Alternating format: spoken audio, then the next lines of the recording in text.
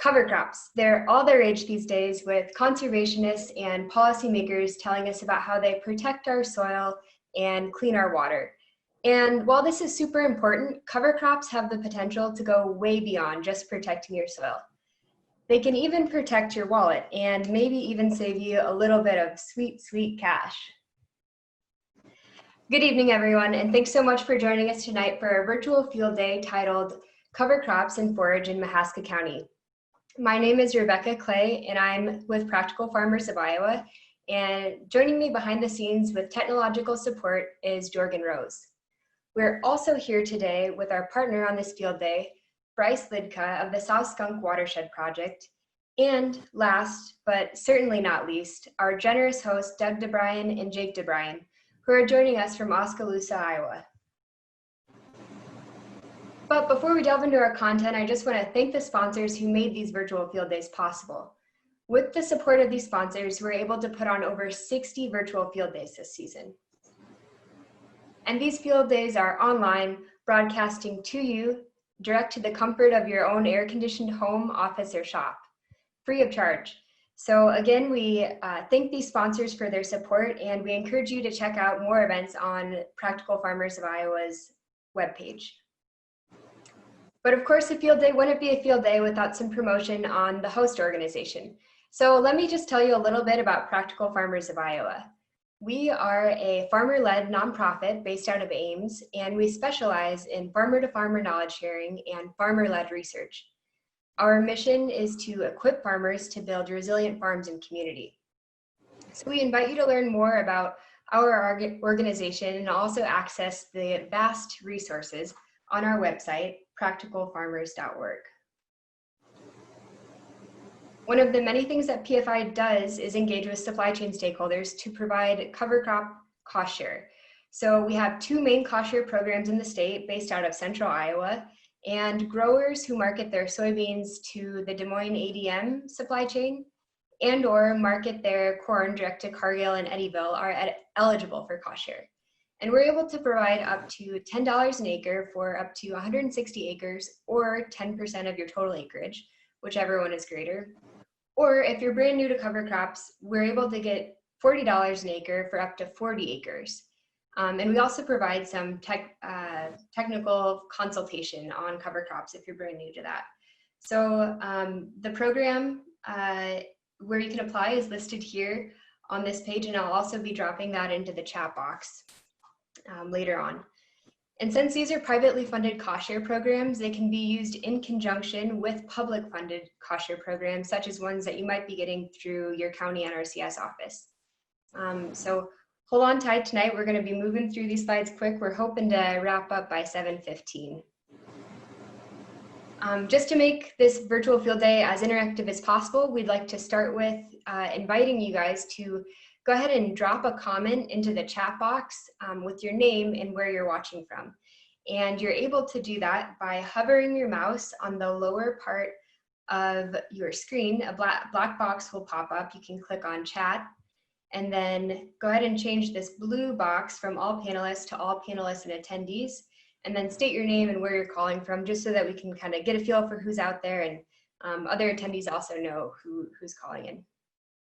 And then you can also use this function to ask Jake and Doug questions through this same chat box, or alternatively, you can click on this hand right next to the chat box, raise hand, and then we'll be able to unmute you so that you can voice your question verbally instead of through the chat box. So if you choose to do that, please keep that to the designated Q&A sections. But we also just invite you at the very end of our field day to provide some feedback by filling out a survey, and this helps us to improve our programming since we are pretty new to virtual events. Okay, so at this point, I'm going to invite Bryce Lidka to share some information on the South Skunk Watershed and also share some opportunities for cost share with the watershed. And then after that, Doug and Jake will introduce themselves. Hey everybody, my name is Bryce Lidka, and I just want to thank you all for tuning in. It's fun looking at this chat and seeing where everybody is from, and it's cool having like a wide range of how we can reach out with these virtual field days. So that's a lot of fun.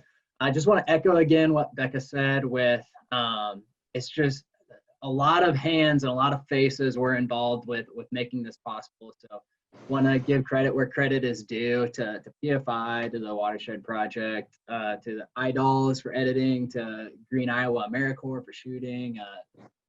Michael Jackson did a lot of video with drone footage, and the DeBryan family for hosting. And so a lot of fun getting to do this all. So yeah, so I want to talk a little bit about the Watershed Project. But first, I have door prizes for you guys. If you like t-shirts like I do, and you want a free t-shirt, the first 3 people to email me with their t-shirt size gets a free t-shirt. So go to your email and type in my address, which is in the bottom left-hand corner, and you'll get this t-shirt. I'm going to model it for you. It says South Skunk Watershed Project on it. Clean water Mahaska. And it's really soft, so I know you guys want it. So I'm gonna leave that on there for all my slides, has my contact email.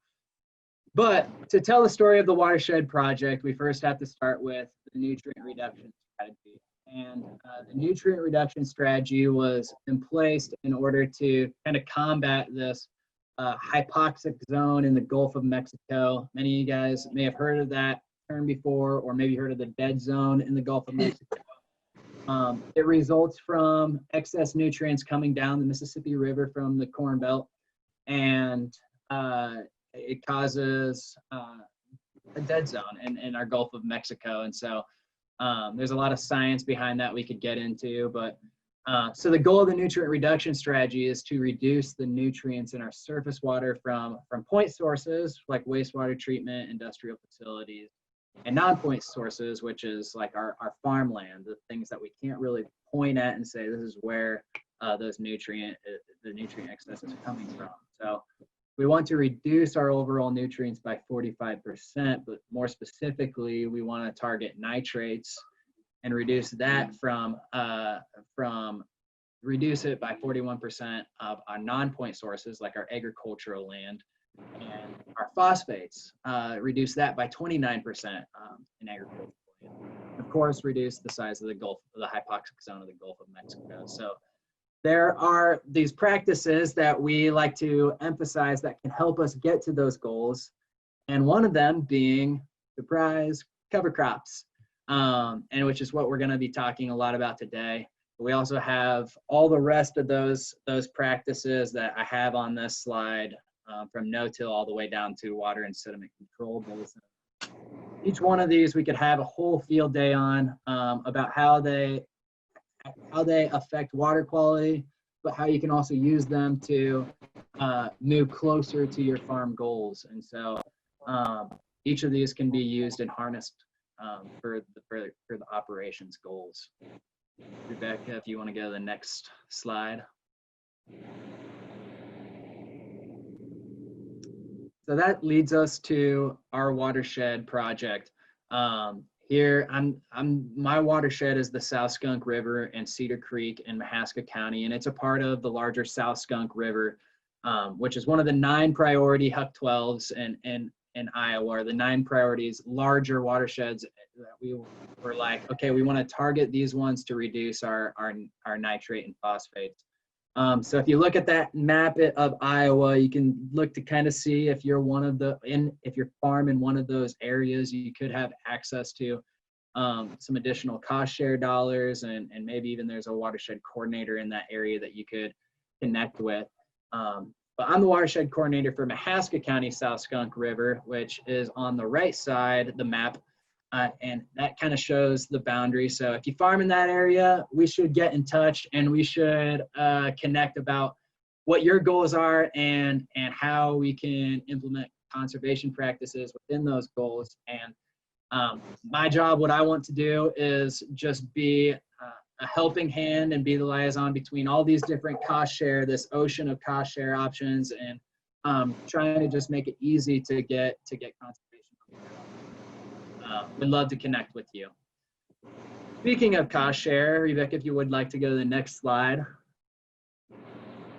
just want to dive into some of these cost share options. So just speaking from a water quality initiative standpoint on cover crops, there's options depending on your situation and where you farm from, ranging from $15 to $25 an acre. Now that's just talking water quality initiative. That's a state source. And we can get really into the weeds if you want. I don't think we have the time, but you know, there's federal sources ranging from EQIP to CSP. MRBI is a sector of EQIP. You have on the state side, you have Water Quality Initiative. Then if you have one of those watershed projects in your area, you have one of those going on. And then you also have IFIP, Iowa Financial Incentives Program. Each of these have, you know, different ranges in cost share, different years, like 1 to 4 years of contract period that you can say, I want to do cover crops for this long and get cost share on that. So I would just highly, highly encourage you to connect with your office, your local NRCS, USDA Service Center, and see who is there who can help you try to connect these dots. And yeah, there's also some really good resources out there. The Iowa Rural Center just put out a really good publication for what cover crop cost share options there are out there as well. And then we also have other practices on here just for your leisure if you're interested in something else. So yeah, get in contact with your local NRCS office. They're good guys, I promise. And with that, I would like to bring in Jake and Doug DeBryan, our spotlight farmers, and have them introduce themselves. Hey, thanks, Bryce. I'm Doug DeBryan. I'm Jake DeBryan. And we farm together with my dad, Wayne, and my brother, Jerry, Jake's brothers, Ben and Andrew. Yep. And we have some kids that help us out too. So a lot of times we got 4 generations out in the field with us.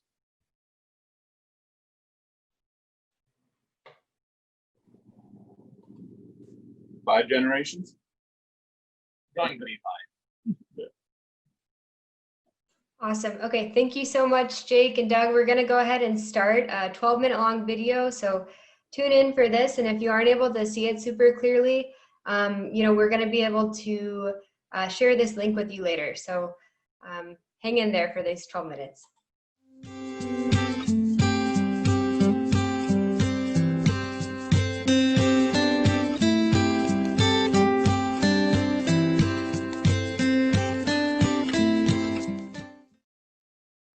I'm Jake DeBryan. And I'm Doug DeBryan. And we're here in central Mahaska County in Iowa, standing in a rye field that we're going to eventually here make forage for our cows.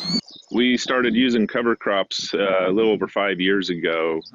Originally, we did it to harvest in the spring, and then we noticed that I was a little worried about it because I thought maybe we were going to hurt our bean yield that year, but that field actually ended up outperforming the other beans by about 5 bushels that year. And so we did it again the following year, and that year it wasn't as good in the spring because it was wetter when we harvested the cover crop, when we harvested the rye. And so I was a little worried about the compaction issues there. And so, but then when we harvested that fall, the bean crop, it outperformed our other beans. And so I guess that was kind of our aha moment. That's when we realized, you know, we should be doing this strictly as a cover crop on more of our acres. So we've been building up acres ever since then, doing more and more each year. I would say, you know, using cover crops, you hold your soil, and the roots will hold your nitrogen too. You know, it captures it in the plant, and as that plant gets terminated and dies, your nutrients still are on top of the soil. They're where all the microbes and the earthworms can still still take those nutrients, you know, to where the crops can use them still. Where if you don't have cover crops and you run into those saturated soils, your nutrients can seep out and you'll lose them. So that's a very big aid using cover crops.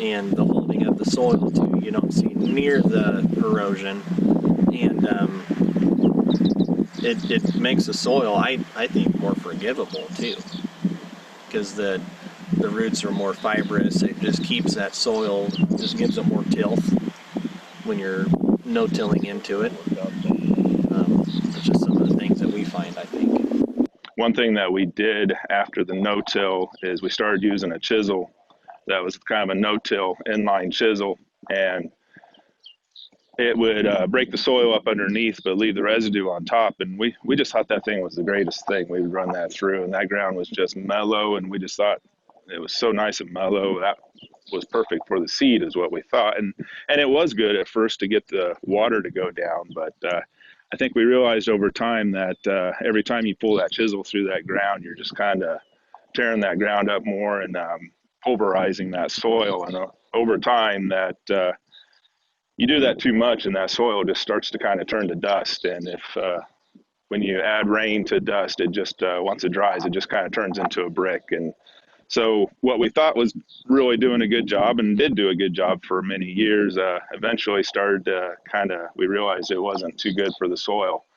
And so we started going to the no-till completely and with the cover crops, and then the cover crops can do that chiseling for you. You can get the roots going down, and then the rain has a way to get down, and also you're feeding the organisms and microorganisms in that soil, and that's really good for the soil health. Yeah. Soil is a live ecosystem. I mean, you got your earthworms, your good bacterias. Every time you open up soil, like say when you're out running the field finisher in the spring, you know, you have that smell in the air. It's a good smell, but that's a smell of all those organisms dying. You know, you're tearing up the earthworms, the bacteria that produces the good chemicals. That's the smell you're smelling, and you want that to stay in the soil. You know, this stuff really holds the soil. You know, these roots are very, they go down a long ways, which we'll look at some with the spade here in a bit. So then that's where we started going over several more acres, and we're about to the point to where we're going to do every acre with rye. So it really does have enough value in our operation to keep using it. Okay, so here's a good soil plug. You got the ryegrass right there, or the rye, cereal rye there. See how the soil just flakes apart. And all the roots going through there. Don't see any worms right now. But this is how no-till soil is.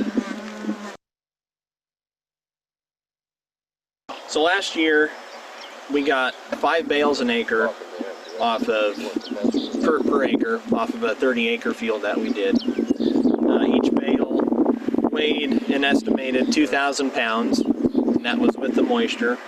And I calculated it at 40% moisture, which converts to 1,200 pounds of dry matter. So then that comes down to about 6,000 pounds of dry matter per acre. Machine rates, you take in about $12 for the air seeding, or the drilling, putting the seed in the ground.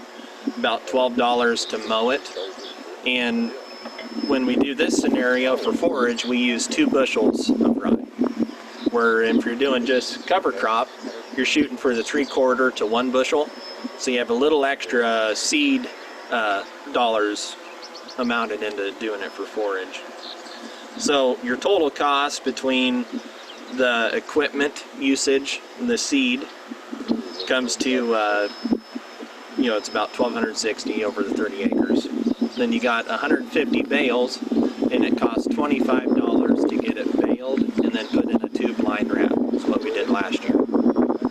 So between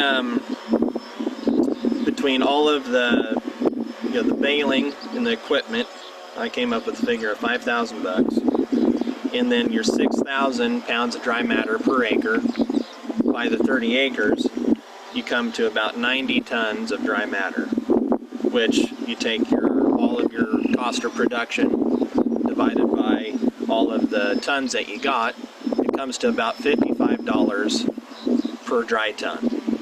So you take that into, if you're going around buying hay, you're making it on your own ground, your bales are right by your cows, and you're not using up extra acres to produce feed. So you go right back in and you have a crop of soybeans.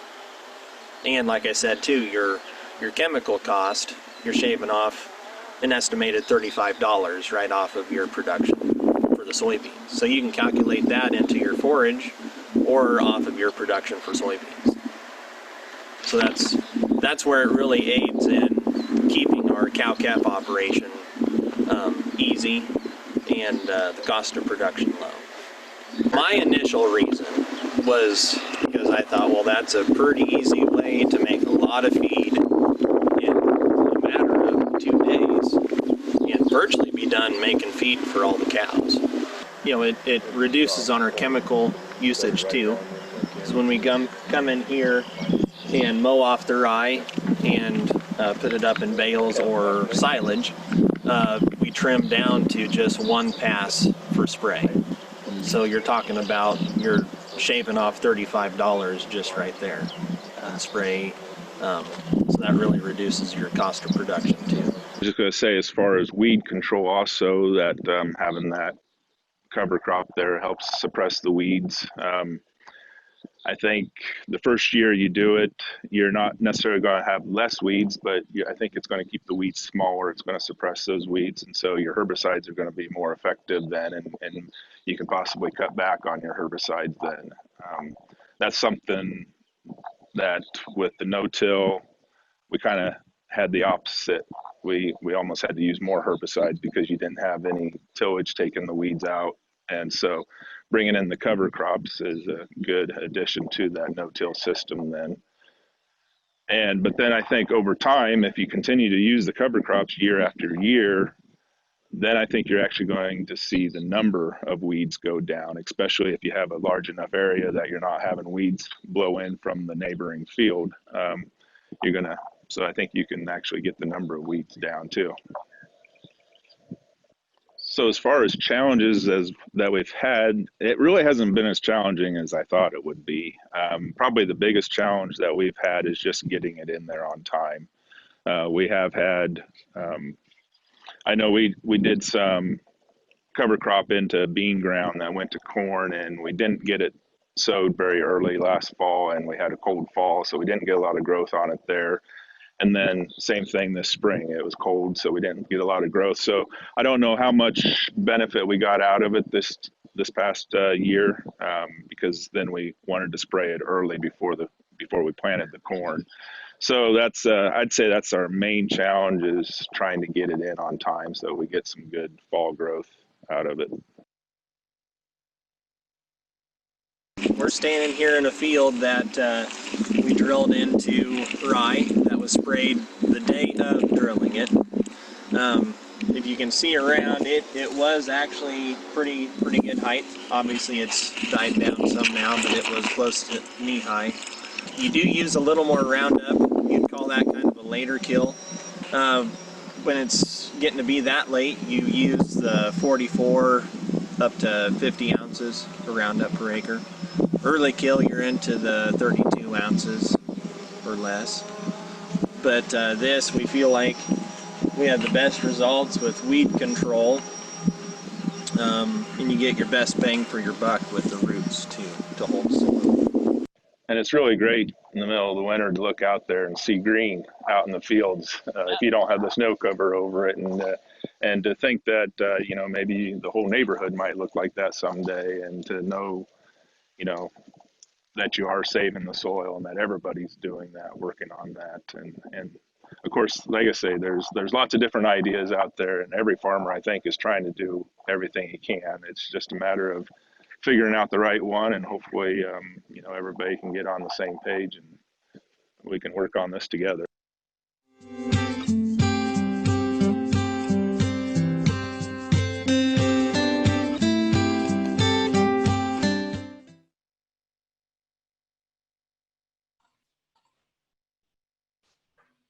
Wonderful. Jake and Doug, that was awesome.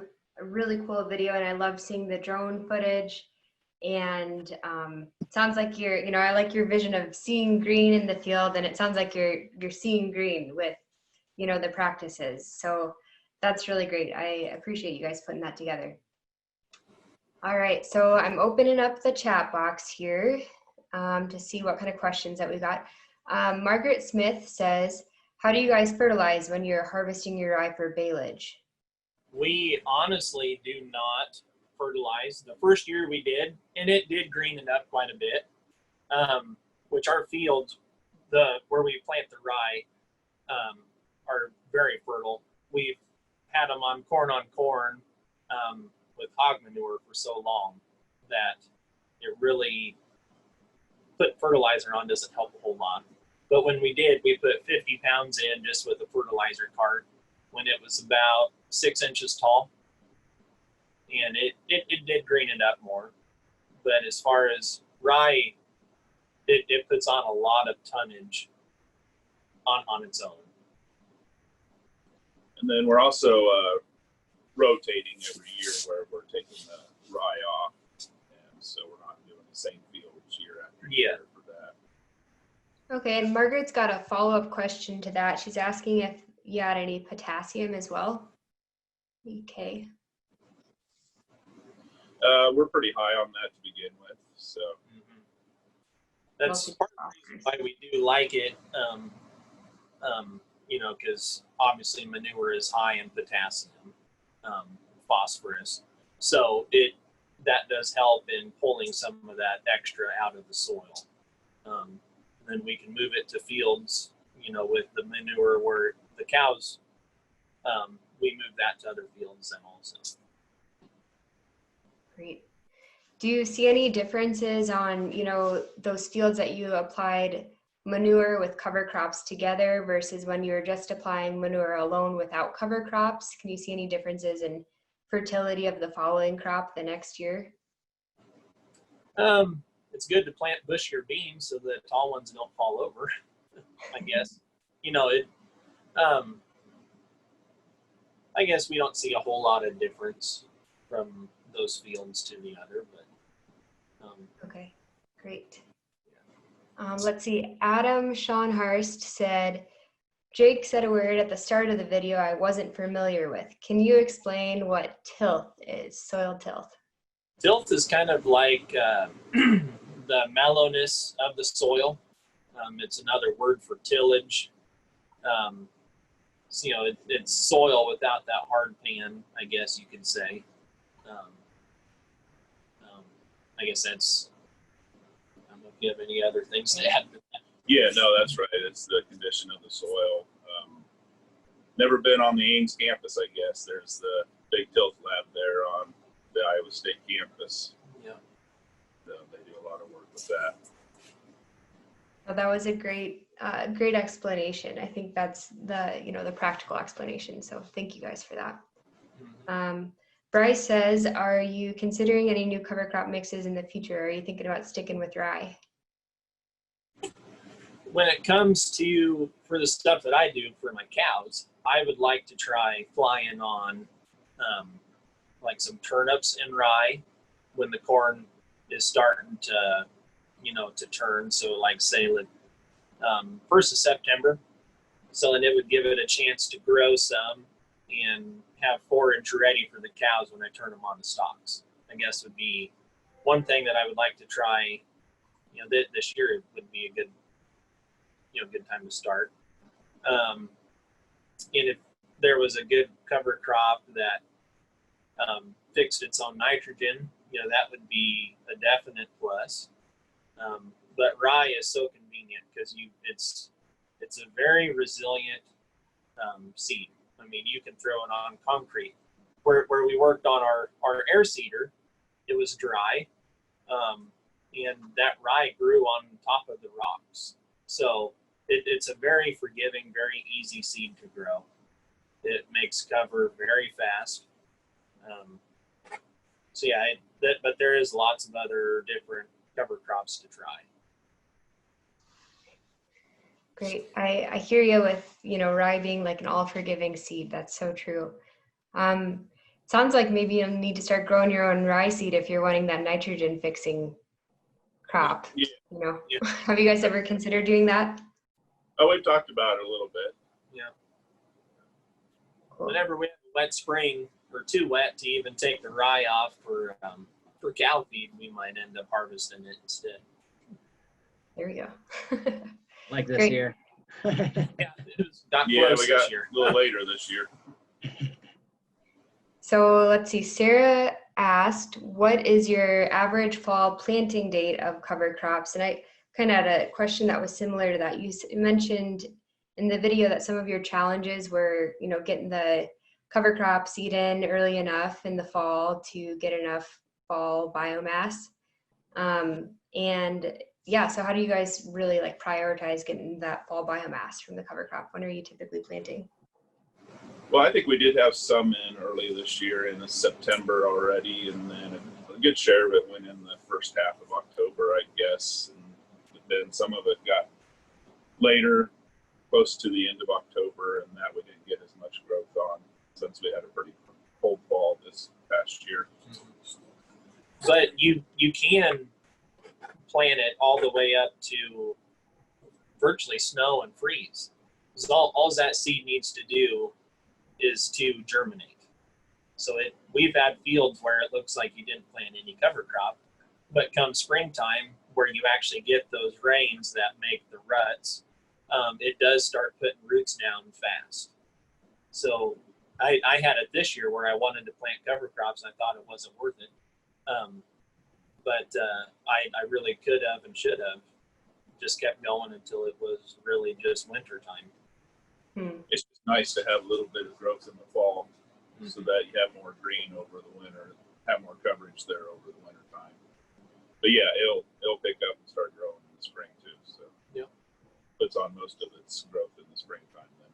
For the forage purposes, we want it to be as early as possible. So, if it goes into winter with 4 to 6 inches of growth, it's going to really get going fast in the spring. Excellent. I'm having a little bit of a hard time hearing you guys, so if you're able to speak just a little bit closer to the microphone, that'd be excellent. And then we've got 2 more questions, and then let's go ahead and move on to you guys sharing some additional photos. So Sarah asked if you're adjusting your seeding rates kind of based on the timing of your planting. You guys already talked about adjusting seeding rates for cover crop versus forage. Are you adjusting for timing? And then Margaret asked for your September planting date. Are you following corn silage? How are you getting it in so early? Oh, like if I was gonna air seed, or it would be aerial seed. So like with the plane, they would fly it with the plane is how I would intend on doing that. Which is a little more costly, but I know some guys that's how they do a lot of their cover crops is aerial with a plane or helicopter. Excellent. Okay, so we've got a couple more questions, and I think we're gonna, just in the interest of time, we're just gonna keep on moving, and I'm gonna share some baling footage.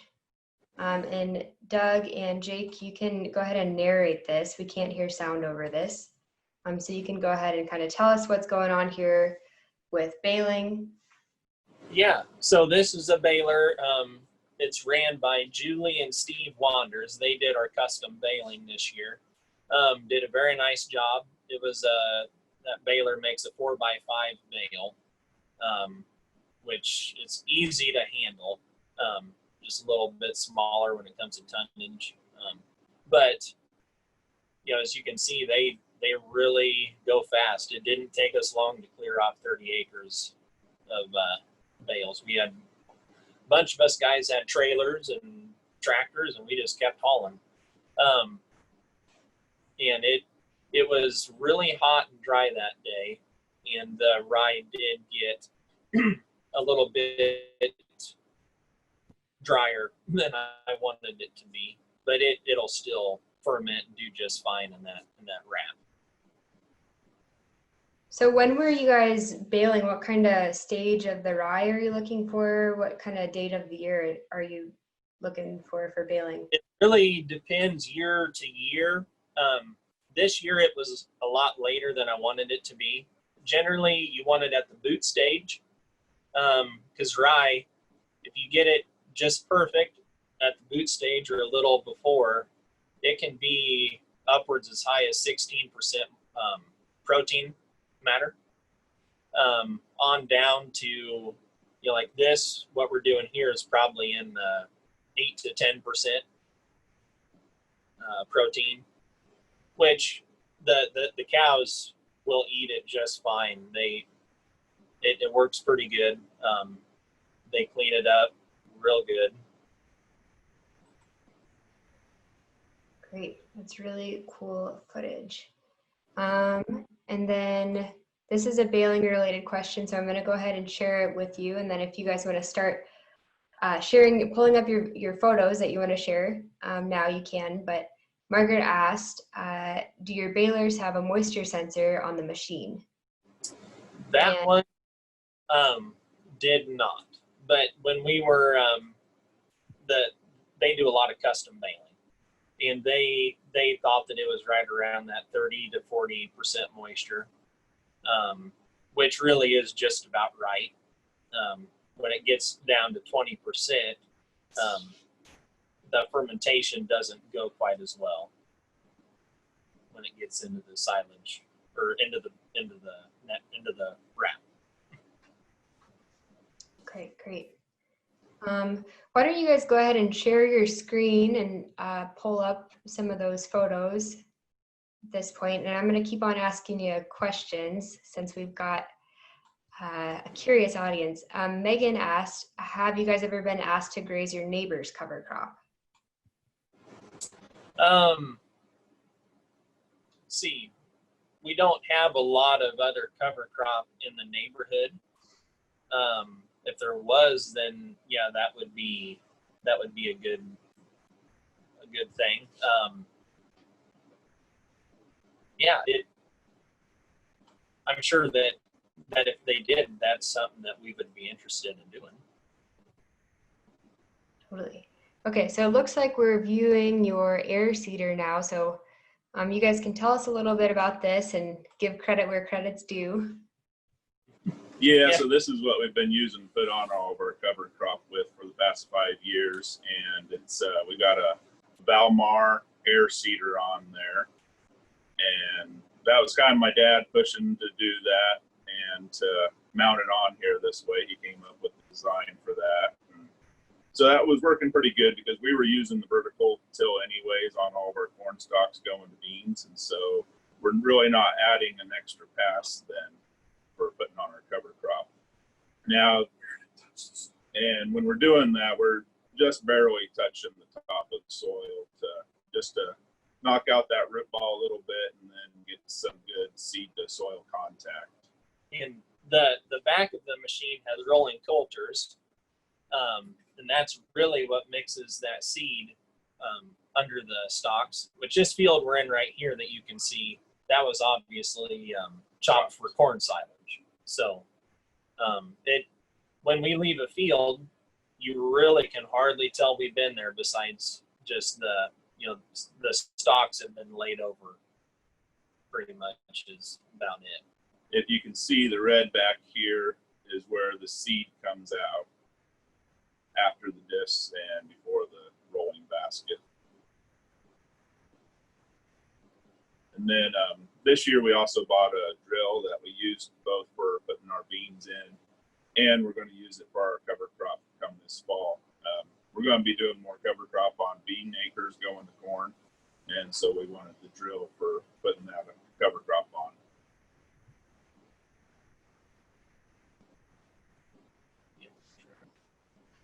Since we were talking about seeding here, I realized we've got your air seeder up, but there was another question that I missed.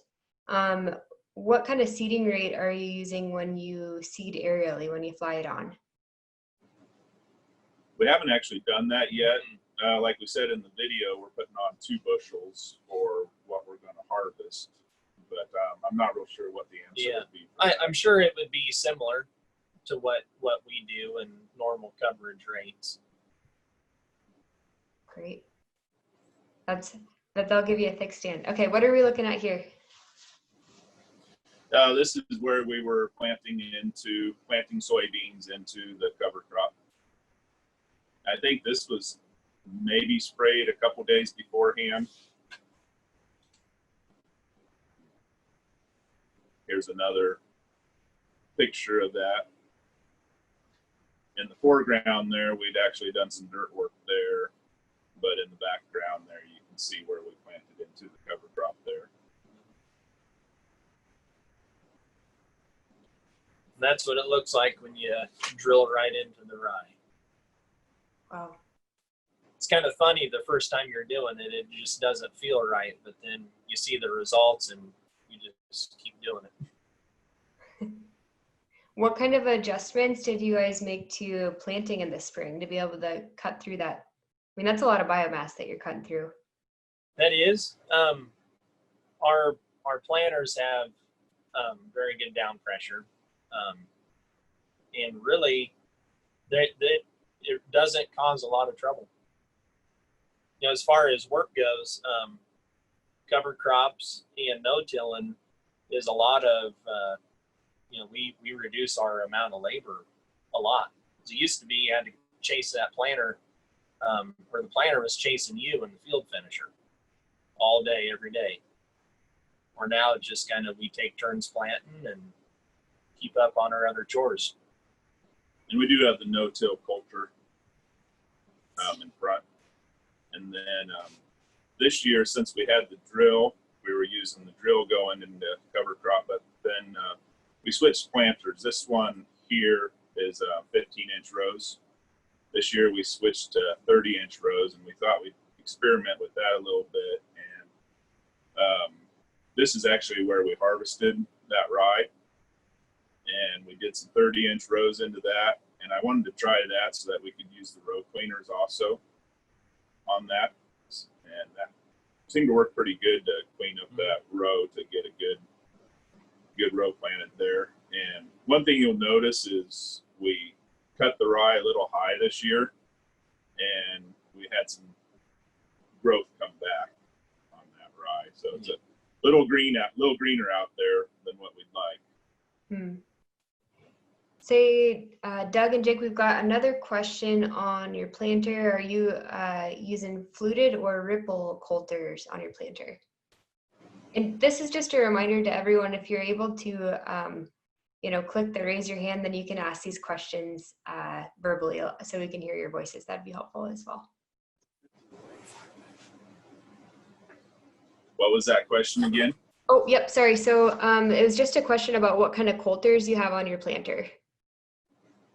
I believe that's the fluted. Okay, great. And this picture we have up now is where we wrapped all the bales. And we're following a creek line there, is why it's so curvy. Awesome. But it's just one big long wrap.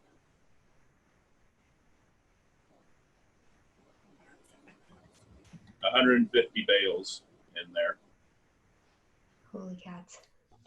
Yep. So we did get about the same amount of bales per acre this year as we did the year prior. Because before we used to chop silage off of the rye, and that was a lot more labor intensive through the winter. And we liked it last year, so we did it again this year. That's great. Saving you guys time as well. I think we've just got a few minutes left here, Doug and Jake. So I don't know if you want to share any closing thoughts or, you know, flip through any photos that you think are really important to share. Maybe we could do that. Yeah, these are just some more pictures of beans planted into cover crop, where the cover crops degraded quite a bit already now. And those are 30-inch beans also. Yeah, that's where we were trying the 30-inch beans again. Here, up here. This is actually where we were standing at the last part of the video, where the cover crop was had been killed, and this is where we drilled beans into that cover crop. That's great. If anybody has any other questions, you know, don't be afraid to look us up. You know, as far as that goes, you know, we can always try and answer a question, or we can find out together. Okay, great.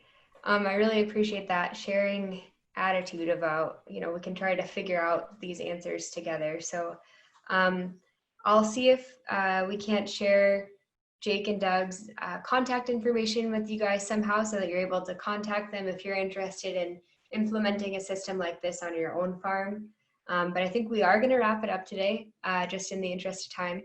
So I just want to again thank Doug and Jake so much for hosting us virtually, albeit on your farm, and also sharing with us how you're saving just a little bit more cash and, you know, making the landscape just a little bit greener. So thank you guys both so much for this.